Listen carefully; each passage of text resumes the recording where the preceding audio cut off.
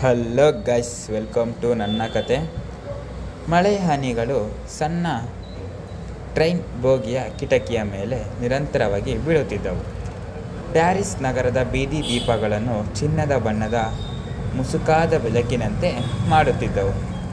ಒಳಗೆ ರೈಲಿನ ಹಳಿಗಳು ಮಳೆಯನ್ನ ಸದ್ದಿನ ನಡುವೆ ಕ್ಲಾರಾ ಮತ್ತು ಜೂಲಿಯನ್ ನಡುವೆ ಪ್ರಶಾಂತವಾದ ಮೌನವಿತ್ತು. ಜೂಲಿಯನ್ ತನ್ನ ಅಭ್ಯಾಸದಂತೆ ಪೆನ್ ಕ್ಲಿಕ್ ಮಾಡುತ್ತಾ ತನ್ನ ಲೆದರ್ ಜನರಲ್ ಅನ್ನು ತಡೆಯ ಮೇಲಿಟ್ಟುಕೊಂಡ. ಅವನ ಎದುರು ಕುಳಿತಿದ್ದ ಕ್ಲಾರಾ ತನ್ನ ಗಲ್ಲವನ್ನು ಕೈಮೇಲಿಟ್ಟು ಇಟ್ಟು ಕಿಟಕಿಯ ಗಾಜಿನಲ್ಲಿ ಕಾಣಿಸುತ್ತಿದ್ದ ತನ್ನ ಬೆಳೆಯ ಮದುವೆಗುರದ ಪ್ರತಿಬಿಂಬವನ್ನು ನೋಡುತ್ತಿದ್ದಳು. ಅವರಿಗೆ ಮದುವೆಯಾಗಿ 2 ವರ್ಷಗಳಾದವು. 8 ವರ್ಷಗಳ ಮುಂಜಾನೆಯೇ ಕಾಫಿ ಹಂಚಿಕೊಂಡ ಸಣ್ಣ ಪುಟ್ಟ ನಗು, ಪರಸ್ಪರ ನೀಡಿದ ಬೆಂಬಲ ಮತ್ತು ಸಮಯ ನೀಡಿದ ಸುಂದರ ಒಡನಾಟ. ನೀವು ಮತ್ತೆ ಆ ಗೆರೆ ಮಾಡಿಸುತ್ತಿದ್ದೀರಾ ಕ್ಲಾರಾ? ಮೆಲ್ಲಗೆ ನಗುತ್ತಾ ಹೇಳಿದಳು. ಜೂಲಿಯನ್ ಪೀಸ್ ಹಿಡಿದ ಕೈ ಹಾಗೆಯೇ ನಿಲ್ಲಿಸಿ. ಯಾವ ಗೆರೆ ಎಂದ. ನೀವು ಏನಾದರೂ ಬರೆಯಲು ಯೋಚಿಸುವಾಗ ನಿಮ್ಮ ಹುಬ್ಬುಗಳ ನಡುವೆ ಮೂಡುವ ಆ ಸಣ್ಣ ಗೆರೆ ಎನ್ನುತ್ತಾ ಅವಳು ಟೇಬಲ್ ಮೇಲಿಂದ ಕೈ ಚಾಚಿ ಅವನ ಹಣೆಯನ್ನು ಮೃದುವಾಗಿ ಸ್ಪರ್ಶಿಸಿದಳು. ಜೂಲಿಯನ್ ಸಣ್ಣಗೆ ನಕ್ಕು ಅವಳ ಕೈಯನ್ನು ಹಿಡಿದು ತನ್ನ ಬೆರಳುಗಳನ್ನು ಅವಳ ಬೆರಳುಗಳೊಂದಿಗೆ ಪೋಣಿಸಿದ. ಅವನು, ನನ್ನ ಅಭ್ಯಾಸ ಆದರೆ ಈಗ ಈ ಬೆಳಕಿನಲ್ಲಿ ನೀನು ಎಷ್ಟು ಸುಂದರವಾಗಿ ಕಾಣಿಸುತ್ತಿದ್ದೀಯ ಎಂದು ಬರೆಯಲು ಯೋಚಿಸುತ್ತಿದ್ದ.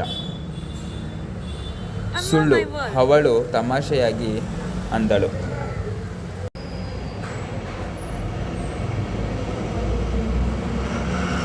ಆದರೆ ಅವಳ ಮನಸ್ಸಿನಲ್ಲಿಯೇ ಪ್ರೀತಿಯ ಹಾಳೆ ಮೂಡಿತ್ತು. ನೀವು ರೈಲಿನ ಸಮಯದ ಬಗ್ಗೆ ಯೋಚಿಸುತ್ತಿದ್ದೀರಾ? 2 ಇರಬಹುದು ಎಂದು ಒಪ್ಪಿಕೊಂಡ ಜೂಲಿಯನ್. ಅವಳ ಕೈಯನ್ನು ತನ್ನ ತುಟಿಗೆಗೊತ್ತು ಮುತ್ತಿಸಿದ. ಆದರೆ ಹೆಚ್ಚಾಗಿ 8 ವರ್ಷಗಳ ಹಿಂದೆ ನಾನು ಎಷ್ಟು ಅದೃಷ್ಟವಂತನಾಗಿದ್ದೆ ಎಂದು ಯೋಚಿಸಿದ್ದೆ. ರೈಲು ಮೇಲಿನ ತಿರುವು ಪಡೆದಾಗ ಇಬ್ಬರೂ ಇನ್ನಷ್ಟು ಹತ್ತಿರವಾದರು.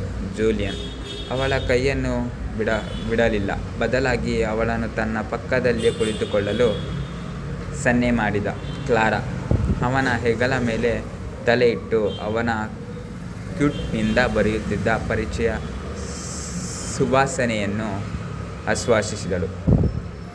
ಅವನು ತನ್ನ ತೋಳಿನಿಂದ ಅವಳನ್ನು ಆವರಿಸಿ ಹಿಡಿದ. ಅಲ್ಲಿ ಯಾವುದೇ ಆರ್ಭಟದ ಪ್ರೇಮ ನೇಮಾವಧಿಯಲ್ಲಿ ಕೇವಲ ಇಬ್ಬರ ಹೃದಯಗಳ ನಡುವಿನ ನಿಶ್ಶಬ್ದ ಪ್ರೀತಿ ಮತ್ತು ದಿನನಿತ್ಯದ ಸುಧಾರಣಾ ಕ್ಷಣಗಳು ಪರಸ್ಪರರ ಜೊತೆಯಾಗುವ ಸುಂದರ ಭಾವನೆಯಾಗಿತ್ತು. ಧನ್ಯವಾದಗಳು ಗೈಸ್.